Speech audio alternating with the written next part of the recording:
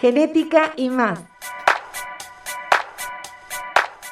donde la bióloga Laura Doval te llevará a descubrir el maravilloso mundo de la genética en plantas, hongos, bacterias, virus y organismos superiores, así como la importante genética humana. Expertos en temas médicos y biológicos te guiarán para entender de manera sencilla y amena esta fascinante ciencia. Programa no solo dirigido a profesionales de la salud, es un programa informativo que va dirigido al público en general.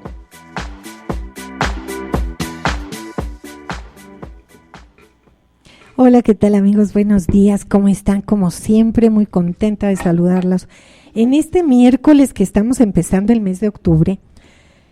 Y, óiganme, el mes de octubre, el mes de septiembre, ya me estoy queriendo adelantar de meses, que estoy sumamente preocupada porque dicen que este es el mes del bolillo, ¿no? Que tenemos que cargar todo el mundo con nuestro bolillo de forma permanente y pues sí, como que espanta esa situación, las quiere uno eliminar. Pero bueno, vamos a empezar septiembre de la mejor manera, sobre todo que como platicábamos la semana pasada, pues estamos en vísperas de muchos cambios, de muchas dudas que nos llegan a la mente, todos los que no estamos muy involucrados con las cuestiones políticas y que de alguna manera necesitamos conocer, aprender, ver y analizar las partes que se llevan a cabo, todo lo que forma a una institución que maneje a un país. De tal manera que estamos esperando que el día de hoy realmente lleguen algunas respuestas a muchas cuestiones que toda la gente tiene diferentes alternativas para los puestos que se van a emitir. Y lo que queremos en este programa es darles un panorama, un panorama que sea concreto, un panorama real de lo que realmente nos puede esperar en lo que nosotros hemos llamado herencias presidenciales. ¿Qué es esta parte de transmitir no solamente el conocimiento, sino transmitir el poder? No solamente transmitir los genes biológicos, sino transmitir las ideas políticas, las ideas de dar una secuencia en la administración, el orden y la forma de gobernar. Es muy importante cuando nosotros tomamos conciencia de lo que vamos a heredar.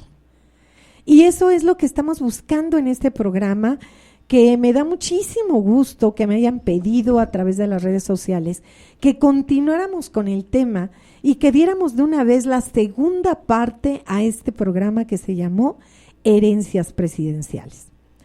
¿Por qué de inmediato a una semana?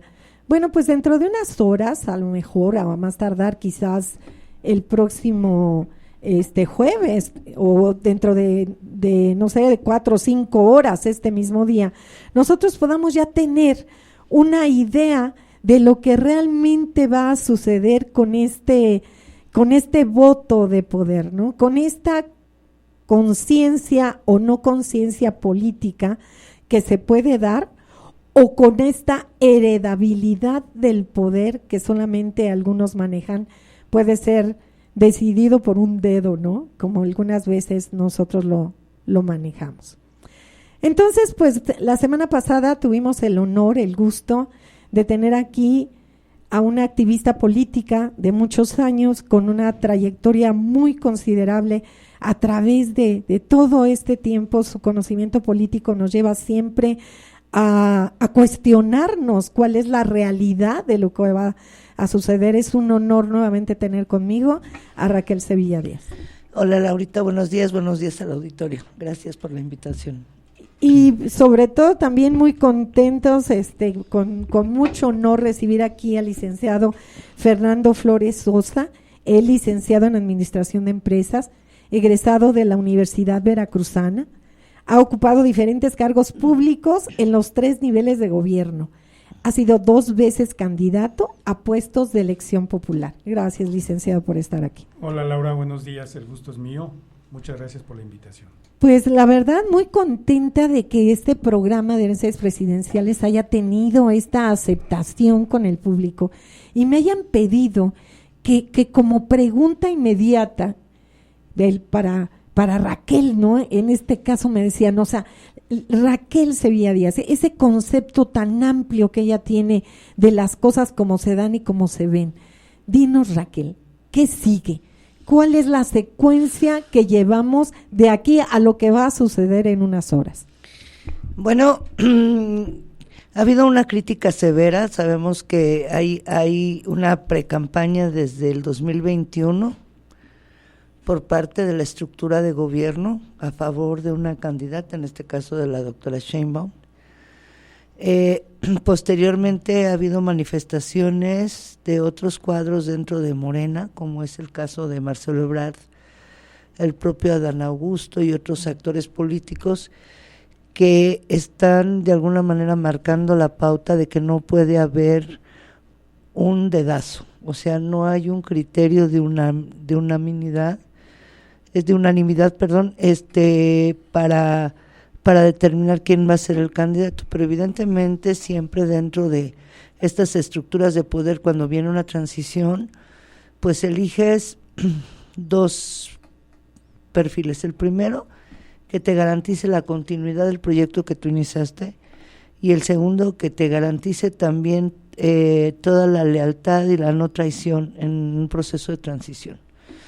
Dentro de unas horas se va a dar a conocer el nombre de la candidata o candidato de Morena, que evidentemente ha sido un proceso profundamente oscuro, no porque yo lo diga, sino porque los mismos competidores lo han manifestado. Hay una simulación en cuanto a la determinación de quién va a ser, no ha habido transparencia en este proceso interno y eso hay que dejarlo muy claro. Ha habido toda una cargada de una estructura gubernamental a favor de la doctora, empezando por la utilización de los programas sociales derivados de la Secretaría del Bienestar. Y en ese mismo modelo tienes por otro lado a Marcelo Ebrard, que es el único que realmente cuenta con su propia estructura. ¿Qué significa eso? Que no ha utilizado ni los recursos del Estado ni los recursos del partido para poder avanzar en este proceso interno, y que si estuviese a distancia de 6-7 puntos de la doctora, pues es un tema no significativo, porque no es lo mismo hacer una campaña desde la estructura del poder, donde tienes a la mano a 23 gobernadores, todos los programas sociales, toda la operación política y el derroche de recursos financieros, a tener a alguien que tiene su propia estructura, su propia condición y su propia propuesta.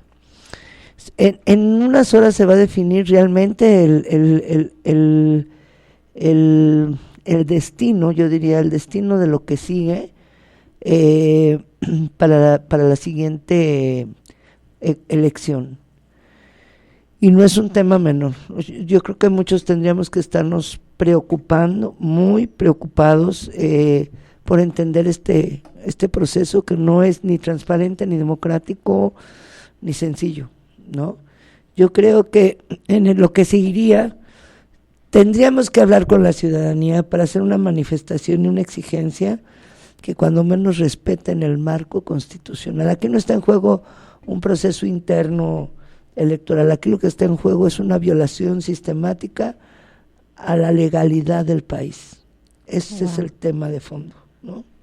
Y licenciado, es que a lo mejor muchos de nosotros, y me uno al grupo, tenemos una idea de lo que nos han manejado como la cuarta transformación, ¿no? Tenemos una idea nada más. Pero díganos realmente, desde el punto de vista de ustedes, ¿qué es la cuarta transformación? ¿Qué es la 4T? Sí, muy bien. Bueno, de entrada, este concepto presuncioso de cuarta transformación que pretende ver la historia de manera lineal, de manera errónea, la independencia, la revolución, las reformas y ahora el cambio de régimen. Creo que ha dejado mucho que desear, si es que esa era la verdadera intención de quienes hoy nos gobiernan. ¿Ha habido cambios? Sí ha habido cambios. Creo que los cambios se han dado de manera regional en el país, sobre todo clases políticas o cacicazgos que existían, pues ahora, después de los 30 millones de votos a favor de Morena en el 2018, evidentemente hubo un cambio de correlación de esos cacicazgos, en algunos casos, en otros sigue siendo el mismo. También hemos visto una erosión sistemática y constante de las instituciones. ¿Qué es entonces la cuarta transformación? Creo que no hay claridad. Es un cambio, diría, un cambio sin rumbo. Y entonces esto debe de motivar a toda la ciudadanía a estar atentos de lo que está pasando. Creo que como bien dice Raquel, lo que se va a definir hoy por la tarde, según el presidente de Morena, el licenciado Mario Delgado, no hay contratiempos para que hoy por la tarde se esté diciendo quién es el ganador o ganadora de la contienda interna de Morena. Si las cosas salen como se dice, pues seguramente la doctora Claudia Sheinbaum estará siendo la precandidata, ¿sí? O la coordinadora de la defensa de los comités de la cuarta transformación. Y bueno, pues esto estaría concluyendo, creo yo, que hay cosas que no han cambiado, por más que se diga que la cuarta transformación es una transformación. Y en el tema político, bueno, pues el dedazo sigue ahí. Wow. Cambió de forma, cambió de vestimenta, pero el dedazo sigue ahí. Y bueno, pues hay que ver una imagen en un acto público de una inauguración de un Banco del Bienestar, donde a unos cuantos días del proceso electoral del 2021, pues el presidente le levanta la mano a la entonces jefa de gobierno y la señala con el índice izquierdo como la sucesora y la hereditaria de esta supuesta transformación. Wow, qué duro, hasta sentí feo. Pero, oye, Raquel, en estos términos que el licenciado nos maneja, ¿qué podríamos platicar? ¿Qué nos podrías platicar de esta heredabilidad que se va a dar? Esta genética política que vamos a heredar. ¿Qué vamos a heredar realmente, Raquel, si fuera esta la candidata? A ver, tú eres bióloga y conoces el proceso del embarazo. Sabes que cuando alguien está embarazado, pues hay mutaciones de las células para conformar el embrión y después el feto de un bebé. Así ¿no? es. Pero también durante un embarazo hay mutaciones que pueden ser complicadas y que lo que dan como resultado son síndromes o son bebés de malformación. Bueno, en esta ruta, si hacemos un escenario comparativo entre los cambios que están sucediendo dentro de la política nacional, pues esas mutaciones han sido de afectación directa a los cromosomas de gobernabilidad. O sea, están mutando en un escenario tan complicado que lo que van a hacer o lo que está por nacer es un régimen terriblemente complicado, lleno de autoritarismo, lleno de malformaciones, ¿no? Y lo vemos de manera sistemática. Por ejemplo, los únicos que se han mantenido a la no violación de la ley ha sido la Suprema Corte de Justicia. Uh-huh. Y son atacados y son exhibidos y nadie duda que tiene que haber una transformación no nada más del Poder Judicial, sino de una nueva forma de impartición de justicia, que esa es la parte quizá medular que no entendemos muchas veces, ¿no? Entonces, ¿qué vemos en el caso? Si la doctora llega a ser la candidata, es el escenario de retroceso más, ¿cómo se puede decir? Más descarado, más vil, que dejó de usarse yo creo que desde 1970 y que ahora lo ratifican sin ningún recato, ¿sabes? Todo el mundo hemos visto físicamente la operación a favor de la doctora, no nada más de la Secretaría del Bienestar, sino de toda la estructura de gobierno. Yo te puedo decir nombres de alcaldes que están aquí en la Ciudad de México y que fueron a operar al Estado de México y que fueron a operar a diferentes estados. Hay denuncias en el caso de Colima, como los operadores fueron abrigados por la gobernadora, les dio recursos, les dio un espacio, no nada más Colima, Tlaxcala, o sea, muchas entidades donde se hace la cargada a favor de alguien. Entonces, en términos de transformación, no se ha transformado absolutamente nada. Había una tesis en la independencia que tenía que ser un país libre, había una tesis cuando escribió Morelos Los sentimientos de la nación, había una tesis cuando Juárez implementó las leyes de reforma, había una tesis cuando Madero habla de la no reelección en el caso de la Revolución Mexicana, pero aquí no hay tesis, ¿sabes? Aquí se habla de un cambio de régimen, pero no te dicen hacia dónde, cómo y por qué. Sí es bien peligroso estar en un escenario donde el gobierno ha perdido toda la sensatez, donde vivimos en un estado fallido, donde hay una acción maniquea que es, o estás conmigo o en mi contra. Se ha cancelado el debate público, no hay posibilidades de debatir como en el pasado lo hicieron, les duela a quien le duela, porque el PRD tenía algo que no tiene Morena. En el PRD había discusión, en el PRD había debate, en el PRD cada implementación que se hacía dentro de las políticas del partido era discutido, ¿sabes? Y se sometía a una votación y ganaba la mayoría democrática y los demás se sumaban a esa mayoría democrática, estando o no de acuerdo, pero había debate y se tomaba en cuenta la opinión. Te estoy hablando desde la base, aquí no hay nada. Desde su conformación fueron sectarios, fueron cerrados, fueron seleccionando tú sí, tú no, tú sí, tú no, porque ellos saben perfectamente bien que la estructura la arman a través de los programas sociales, pero que haya cuadros políticos de discusión, de debate, de apertura, no los hay. No hay una cúpula de dirección que determina qué y cómo es lo que vas a hacer. Entonces, dentro de unas horas se va a definir el destino de este país, y no estoy bromeando, ¿qué tenemos que hacer nosotros como ciudadanos? Pues tenemos que empezar a organizarnos desde nosotros mismos. Yo creo que ahorita los ciudadanos tenemos la posibilidad de conformar una gran contraloría social, más allá de los partidos políticos, porque lo que se va a parir es un monstruo, ¿entiendes? Wow. Entonces se supone que una de las cosas por las que hemos luchado tantos años es por un modelo democrático, y aquí no lo hay. Hay un ejercicio de poder irracional, sin sustento, con un poder de facto que dice yo hago lo que me da la gana, empezando por el presidente, y eso es bien delicado.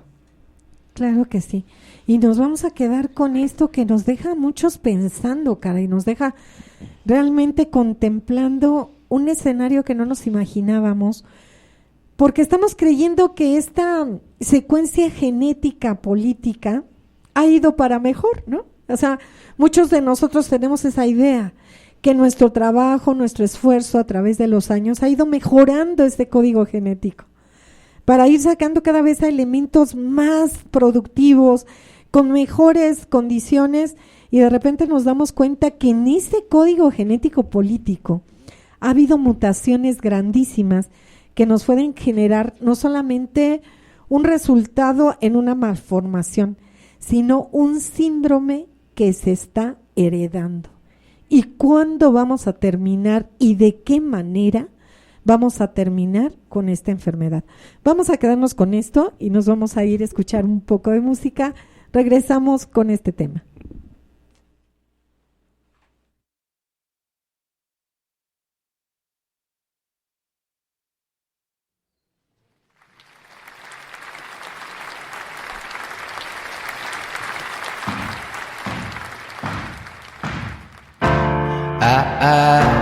When I was younger,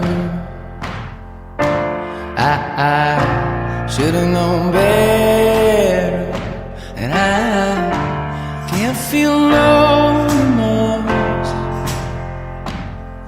and you don't feel nothing bad.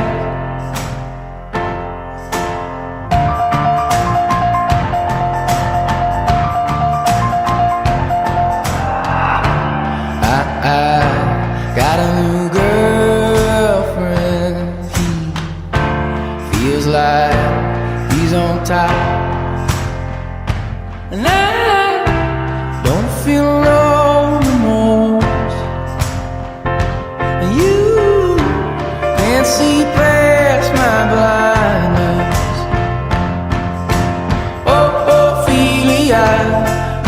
on my mind, girl, since the flood. Oh, Ophelia, heaven help a fool who falls in love.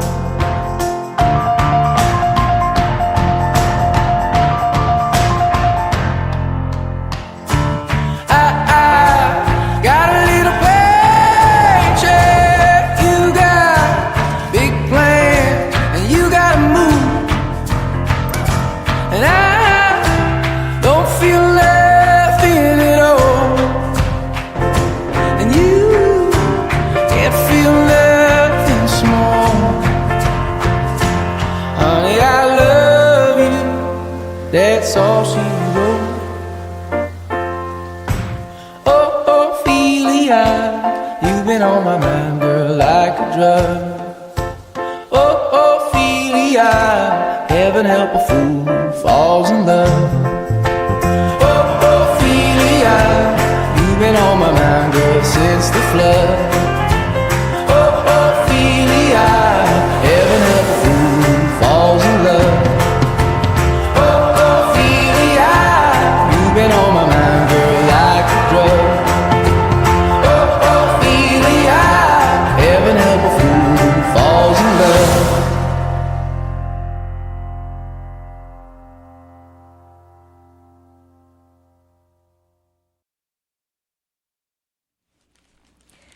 Pues realmente Raquel nos ha dejado con una parte muy bonita desde el punto de vista biológico, ¿no? Y a mí esto me entusiasma porque, como siempre se los he dicho a través de este programa, la genética tiene que ver con todo, ¿no? Y si nos ponemos a estudiar desde la parte de la formación del código genético, de cómo están, óiganme bien, esas bases, ¿no? Que biológicamente nosotros les llamamos bases púricas y pirimídicas. Y si nos queremos alucinar un poco, pues podemos pensar en las bases buenas y las bases malas. Y de ahí nos vamos a ir sacando toda una información que se va enredando en lo que es ese código genético y se va mostrando para dar o para determinar a un organismo que puede estar bien en óptimas condiciones de la mejor manera, o como lo hemos platicado, por así la palabra como se menciona, con malformaciones, con condiciones que no son precisamente las que más se adapten, en este caso, a todo el sistema. Si seguimos hablando de esto, licenciado, ¿qué podríamos decir?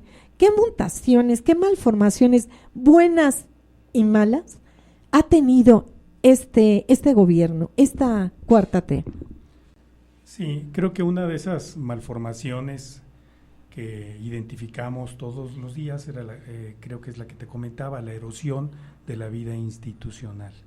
Creo que había un avance muy importante en crear instituciones que garantizaran la democracia en este país. El Instituto Nacional Electoral, antes IFE, los tribunales creados ex profeso para sancionar lo que se tenga que sancionar, y sin embargo hoy vemos que muchas cosas se doblegan ante la voluntad unipersonal. Esa es una mutación. Si hacemos una revisión de la historia, no solamente en México, sino a nivel mundial, creo que cuando las decisiones son unipersonales, se caen los abusos. Okay. Y los abusos de poder, quien los paga es la sociedad. Entonces, ojo, hay que tener muchísimo cuidado en ese tema que se está dando. Creo que las sociedades democráticas son aquellas que fortalecen sus instituciones como entes de arbitraje, ¿sí? Que permitan la convivencia sana entre los individuos. Más específicamente, algo que también creo que tenemos que tener presente es que en este rompimiento de la vida institucional en el cual ya se había avanzado, específicamente en los procesos electorales se les había dado tiempos, se les había dado formas, se les había dado presupuestos, hoy quedan rebasados y esto se va a la voluntad unipersonal de adelantar los procesos. Y a mí se me hace inaudito que hoy, lamentablemente, el tema sea quiénes serán los candidatos o quiénes serán las candidatas, cuando en este momento cuántas mujeres están desapareciendo en el país, cuando en este momento cuántas muertes por violencia hay en el país. Hoy México creo que ha disminuido de manera sustantiva su participación en el extranjero, en los conflictos internacionales. Y bueno, pues desde hace algunos meses tenemos a un exsecretario de Relaciones Exteriores que deja el cargo para participar en un proceso electoral. Hoy la Ciudad de México, una ciudad cosmopolita, de las más pobladas a nivel mundial, que presenta grandes problemas en el tema de seguridad, de movilidad, ¿sí? Tenemos a una jefa de gobierno, ex jefa de gobierno, que en el 2018 pidió el voto para responsabilizarse y encabezar esta gran cruzada en pro de la Ciudad de México, y hoy vemos dejándola al cargo precisamente para atender un tema electoral. El secretario de la Secretaría de Gobernación, que requiere de un titular experimentado que cohesione la vida institucional para poder atender este flagrante de la delincuencia. Hoy también lo vemos que hace algunos meses deja el cargo para atender un tema electoral. Estas malformaciones, ¿sí?, creo que van a tener un costo muy excesivo en la vida pública de nuestro país. Híjole, Raquel, esto a mí en lo personal no lo contemplaba, ¿no? O sea, son cosas que te van pasando de largo, porque indiscutiblemente habemos muchos que vivimos con la ilusión de que los cambios son buenos, ¿no? De que siempre el cambio es bueno y que siempre va a llegar algo bueno con esta situación. ¿Podrías decirnos qué tuvo de bueno o qué tiene de bueno este proceso que se va a llevar a cabo, si es que hay algo bueno en él? A ver, no podemos soslayar, no podemos descalificar también algunas intenciones válidas. Yo creo que en el pensamiento del presidente hay un modelo nacionalista caprichoso. Yo no critico la lucha en su naturaleza porque yo vengo de ahí, ¿sabes? Uh-huh. Y soy consecuente. Claro. Yo no soy consecuente con el neoliberalismo, por ejemplo. Pero el presidente se ha equivocado al no someter a discusión las decisiones tomadas. Y eso pone en un brete la vida institucional, el hecho de descalificar, de llegar, lo primero que hizo fue, voy a desaparecer ProMéxico porque México no necesita promoción. No le importó nada, llegó, desapareció el organismo, liquidaron a la gente. Voy a transformar Notimex, llegó San Juana Martínez a Notimex a eliminar Notimex, a eliminar la Agencia Nacional de Noticias, que era Notimex. Llegaron a destruir el propio instituto que le reconoció el triunfo, que es el INE, que costó mucha sangre, sudor y lágrimas para que se constituyera, porque nosotros fuimos parte de esa lucha social. Después del 88 exigimos que estuviese un órgano que garantiza la transparencia en el proceso electoral, porque el proceso electoral dependía de la Secretaría de Gobernación y no se podía ser juez y parte. O sea, había una comisión federal electoral que dependía de la Secretaría de Gobernación y quien calificaba el proceso electoral era el Congreso, porque se convertía en colegio electoral. Entonces fue una lucha que dejó hasta muertos después del 88, el poder construir una de las demandas legítimas de la izquierda, que era garantizar un proceso electoral transparente, limpio, que permitiera tener una identificación, porque ahora vas a todos lados y lo primero que te piden es el INE. Así es.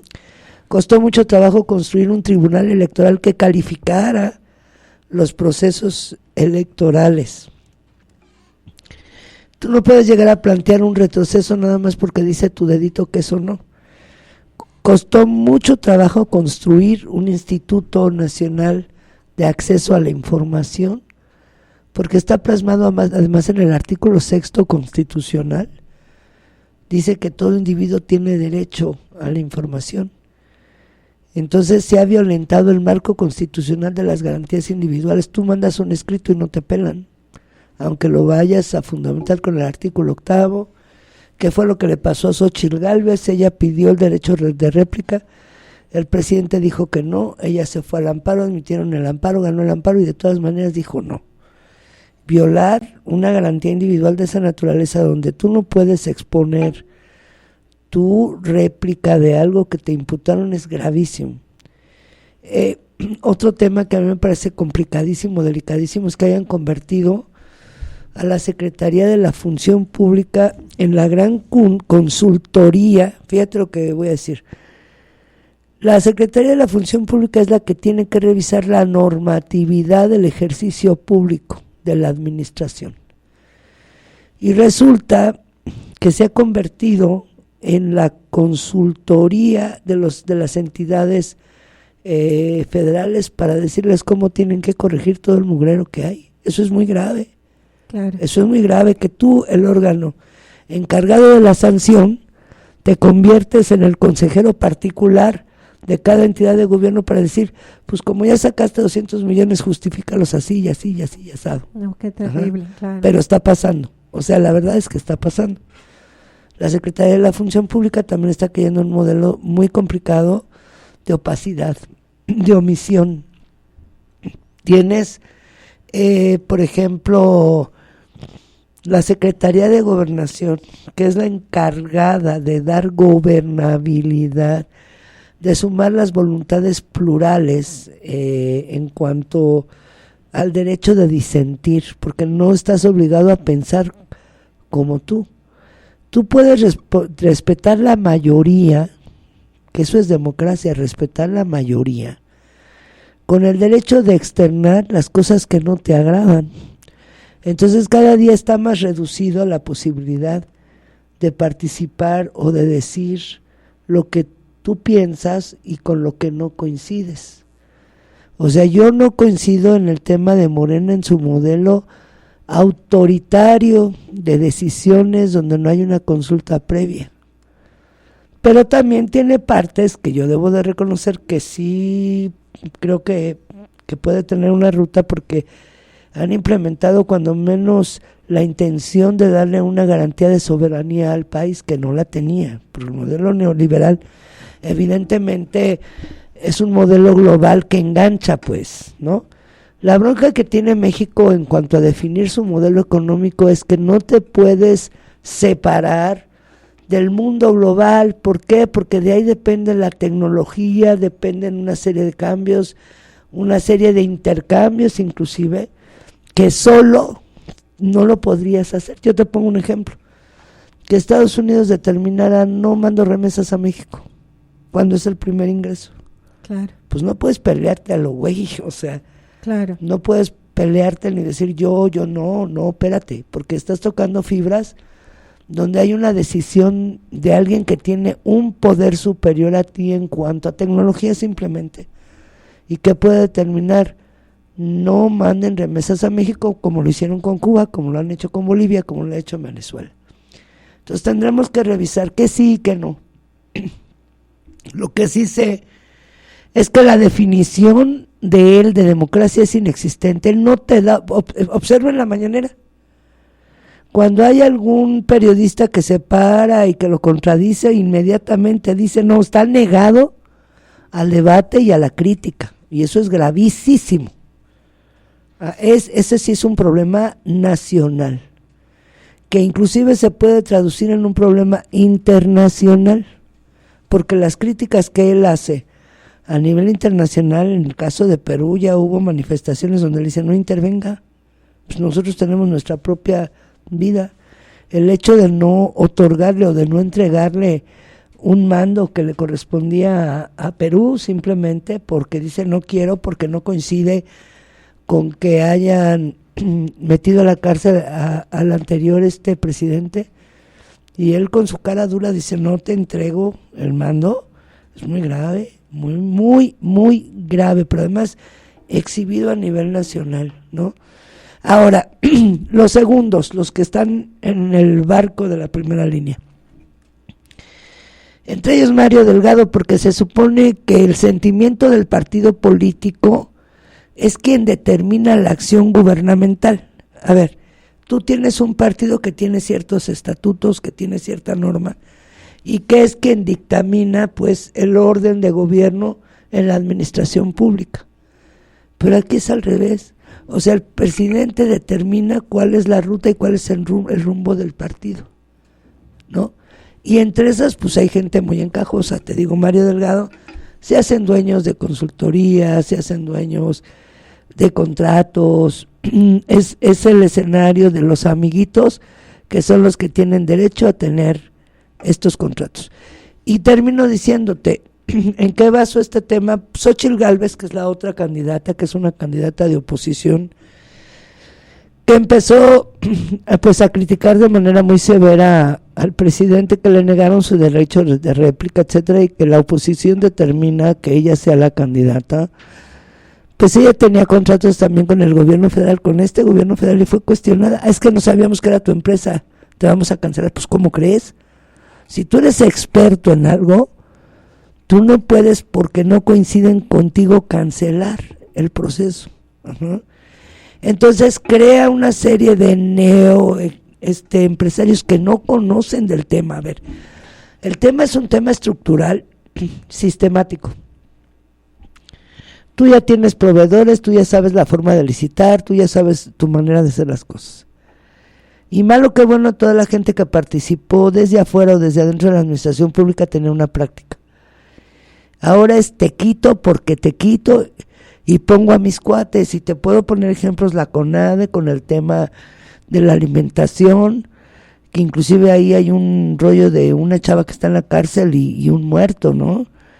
Te puedo poner el tema de los expertos en Pemex y metieron a los cuates del hijo de Andrés. O sea, ha creado supuestos empresarios inexistentes, sin capacidad, sin experiencia, sin práctica, solo por un tema de capricho. O sea, es mucho más profundo, es un tema estructural, ¿no? Entonces, yo no critico lo que él hace, lo que él critico es la falta de democracia, la determinación autoritaria de que se hagan las cosas como él dice. Eso no es así, ¿eh? Y esa parte la tenemos que seguir luchando para abrir el debate, porque no puede ser posible que nuestro país está a punto de colapsar y él de manera irresponsable está permitiendo el colapso. Eso es lo que a mí en lo personal me tiene así como preocupada, porque no hay una percepción social ni ciudadana de lo grave que es el proceso del día de hoy. Y de aquí se define el destino de este país, el destino de tus hijos, de tus hijos, de tus hijos y de mis hijos. Si caemos en lo mismo, pues habría que revisar cómo les va a las nuevas generaciones, ¿no? Claro. Porque no hay una propuesta, sería una propuesta autoritaria. Sí o sí, haces lo que yo diga. Y bueno, ¿no? O sea, de verdad que estos temas nos llegan profundamente. Por lo siguiente, ayer estaba yo viendo una película que se llama Código Da Vinci.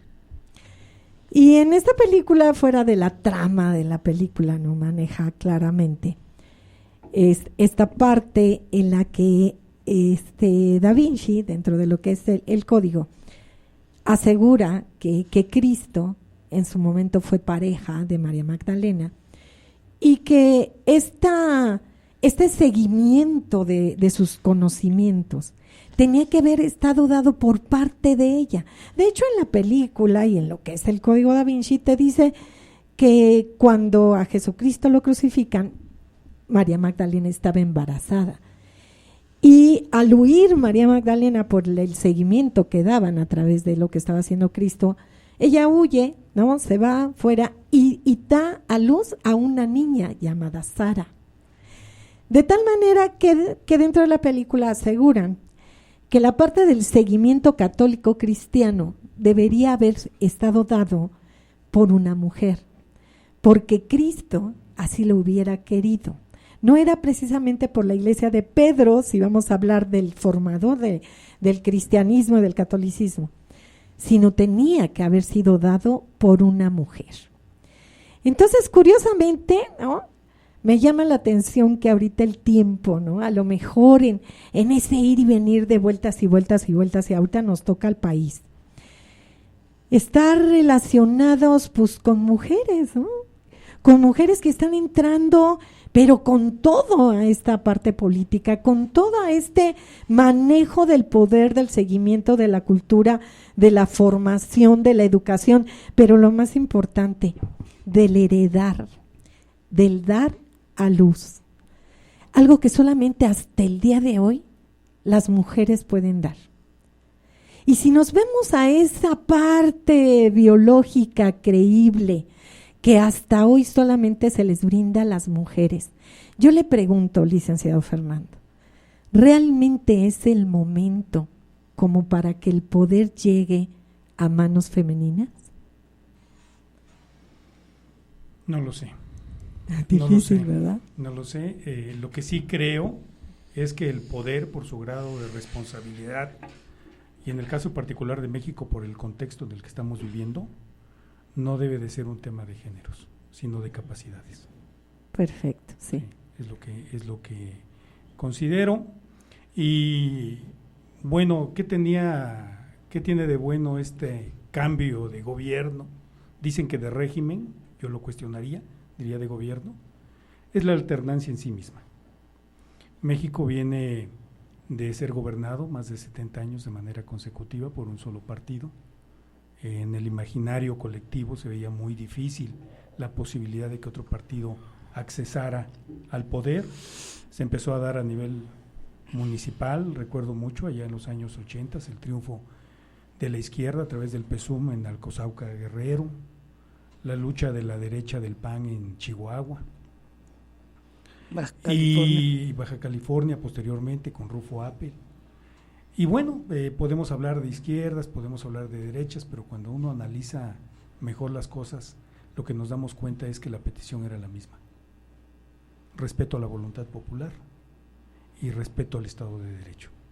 Y eso es lo que en la actualidad tenemos que seguir exigiendo. Nos ha gobernado un partido de centro-izquierda, como se calificaba formalmente al PRI, nos ha gobernado formalmente la derecha, que no creo que sea tan de derecha, en 2 administraciones el PAN, y nos ha gobernado la izquierda ahora, que también creo que no es tan izquierda. Pero de lo que seguimos adoleciendo, más allá de los cambios de colores, es de un verdadero Estado de Derecho. En la transmisión pasada preguntabas que en qué como ciudadanos tendríamos que observar para poder emitir nuestro voto en su momento a favor de alguien. Y yo creo que faltó un tema en la respuesta. Yo creo que quien hoy garantice la revisión a los mecanismos y a la normativa en la impartición de justicia. La alternancia y el cambio de partidos políticos por sí mismo no garantiza vivir en un Estado de Derecho como sociedad, ni garantiza la vida democrática de una sociedad. Tenemos que revisar efectivamente la impartición de justicia en este país. Raquel, a tu punto de vista, a través de tantos años, porque a mí me consta cómo te he visto siempre participar desde que eras una niña, con esa emoción, con esa constancia, con esa seguridad, con esos cambios de pensamientos y de ideales, porque tú has vivido la lucha en el cambio, en la heredabilidad política, ¿no? Eres una de las personas, yo creo, que más conocimiento tiene a través de todo el entorno, de toda la epigenética que has absorbido con todas tus experiencias. ¿Cómo ves la actitud de los jóvenes hacia el día de hoy en especial? Ahorita te voy a contestar lo de los jóvenes, porque quiero retomar un poco la pregunta que le hiciste a Fernando en cuanto a las mujeres. Ajá. Hay una estadística muy significativa donde se establece que las mujeres somos mayoría, empezamos a ser mayoría. Hay una disminución sistemática en el cromosoma Y. Ujú. Ajá. Sí. Cada vez somos más mujeres y Así nadie es. sabe contestar por qué hay una disminución del cromosoma Y. Así es, Pero la tendencia dice que vamos a ser mujeres. así es. Lo que no sabemos si en esas transformaciones genéticas una mujer puede hacer que otra mujer tenga un bebé, porque la que tiene el bebé es la mujer. Así es. Lo que no sabemos en esas mutaciones si una mujer es capaz de hacer engendrar a otra, no lo sé. Pero lo que sí sé es que las mujeres están jugando un papel trascendental por dos cosas. Hay escasez de hombres y hay escasez de talentos de hombres. O sea, como que se está invirtiendo un poquito el modelo social por esa ausencia de ese cromosoma Y. Y. Ujú. Y las mujeres somos más viscerables, somos mucho más conflictivas que los hombres en muchos aspectos. Somos más enojonas, pero somos mucho más talentosas también. Somos más trabajadoras, somos menos holgazanas, somos... Si tú ves un hombre que se queda viudo, se vuelve loco, porque no sabe atender su casa, ni su familia, ni ir a trabajar. Sin embargo, una mujer se queda viuda y arregla su casa y sostiene a la familia y va a trabajar. O sea, tenemos esa particularidad de tener una capacidad de mayor orden, cuando menos en la historia, ¿no? Y eso sí permite la factibilidad de que una mujer pueda gobernar al país. Ahora, respecto a los jóvenes tienen un problema. Se llama tecnología, ¿sabes? Ahora te puedes comunicar con ellos y por WhatsApp o por Facebook y se convocan en una movilización política por el Facebook. Ahorita pesa más una descalificación en las redes sociales que una manifestación pública como lo hacíamos en el pasado, claro, ¿no? que sí, así es. Entonces los jóvenes tienen la ausencia del conocimiento, con todo respeto, de cómo era la capacidad de convocatoria. Y la red tiene dos aspectos. Uno, que te puede dejar manipular porque es fría, porque no tienes el face to face, no tienes el sentimiento de lo que deberías y pudieras transmitir, y te dejas llevar por una tendencia. Dices, en las redes sociales hablan, es que la tendencia fue esto, ¿sabes? O sea, hay un marco de tendencia que te determina cómo va a ser tu pensamiento y tu actuar político y social, que no es el mismo que cuando hay una reunión face to face, cuando hay un debate acalorado en medio de un tema complicado. Entonces, los jóvenes están en ese asunto, ¿sabes? Han ido adaptando la forma de vivir con esta prisa que se vive, que a nosotros nos cae mal porque somos de otra generación. Y los muchachos de ahora sobreviven a la velocidad precisamente por la tecnología. Y eso los lleva a tener reuniones, a tener mítines, pero son virtuales, ¿no? Entonces, yo creo que la gente joven no puede tener una tendencia clara de lo que es la política, precisamente porque desconocen el sentimiento de estar juntos en un debate público. Estoy muy de acuerdo contigo. Increíblemente se nos acabó el tiempo, se nos fue la hora, pero de veras que ni la sentí. Licenciado, ¿con qué se quiere despedir? Pues con la expectativa de lo que va a suceder en unas cuantas horas, creo que coincido con Raquel, va a determinar el futuro inmediato de este país. Raquel. Bueno, también con esa expectativa, a partir de hoy, después de que se determine quién es el candidato de Morena, pues vamos a ver muchos cambios en la administración pública. Ya nada más la figura presidencial de Andrés Manuel es una figura de facto, porque realmente las decisiones y las determinaciones las va a tomar quien sea ungido el día de hoy por el partido. Ya lo demás es así como figura decorativa de poder, porque realmente las determinaciones se toman desde el centro, donde alguien es el candidato o posible ganador a la presidencia. Y ya la última pregunta, licenciado y Raquel, para los dos, desde su punto de vista, ¿sí cuál consideran que va a ser el candidato que surja al rato? Pues me gustaría que no fuera así, pero creo que seguramente estaremos viendo ungir a Claudia Sheinbaum. Bueno, Claudia puede ser la coordinadora de la 4T, eso sí lo creo que hoy va a ser ungida, pero el candidato quién sabe, ¿sabes? Faltan muchos factores. En este tema político de correlación de fuerzas, la pueden ungir como coordinadora de los comités de la 4T a nivel nacional. Sin embargo, hay que esperar, porque puede haber cambios muy significativos, todavía hay 2 o 3 elementos que hay que revisar, que puede dar un cambio sustantivo de quién realmente va a ser el candidato. Entonces, yo me quedo como que ella va a ser la ungida hoy de la 4T en cuanto a los comités, pero no estoy tan segura de que vaya a ser la candidata presidencial del partido. Hay que esperar.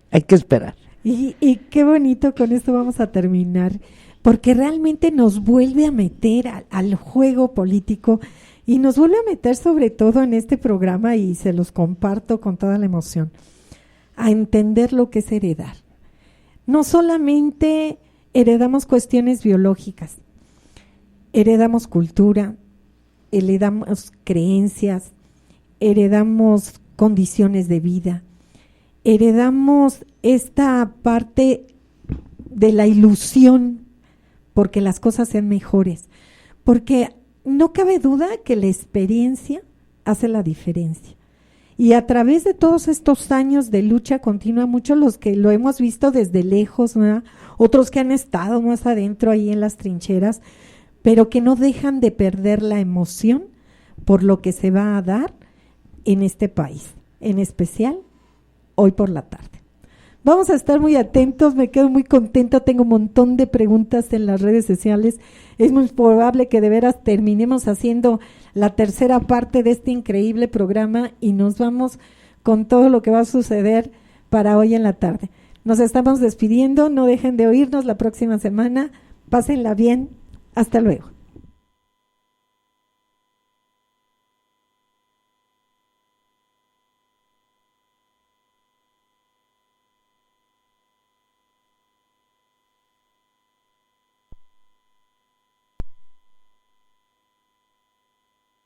Hay que cuidar lo que le das. Con agua Icefield, la pureza en tus manos. Icefield es agua de origen glaciar cristalina canadiense con alto nivel de pureza. Es baja en sodio, ideal para beber o cocinar. Pide pureza, pide Icefield. Agua Icefield, la pureza en tus manos. www.icefieldwater.com.mx. Si tienes alguna duda o deseas que tratemos un tema en especial, contáctanos al correo genéticaymas@gmail.com o escríbenos al Twitter @genética_y_más o en Instagram genética y_más.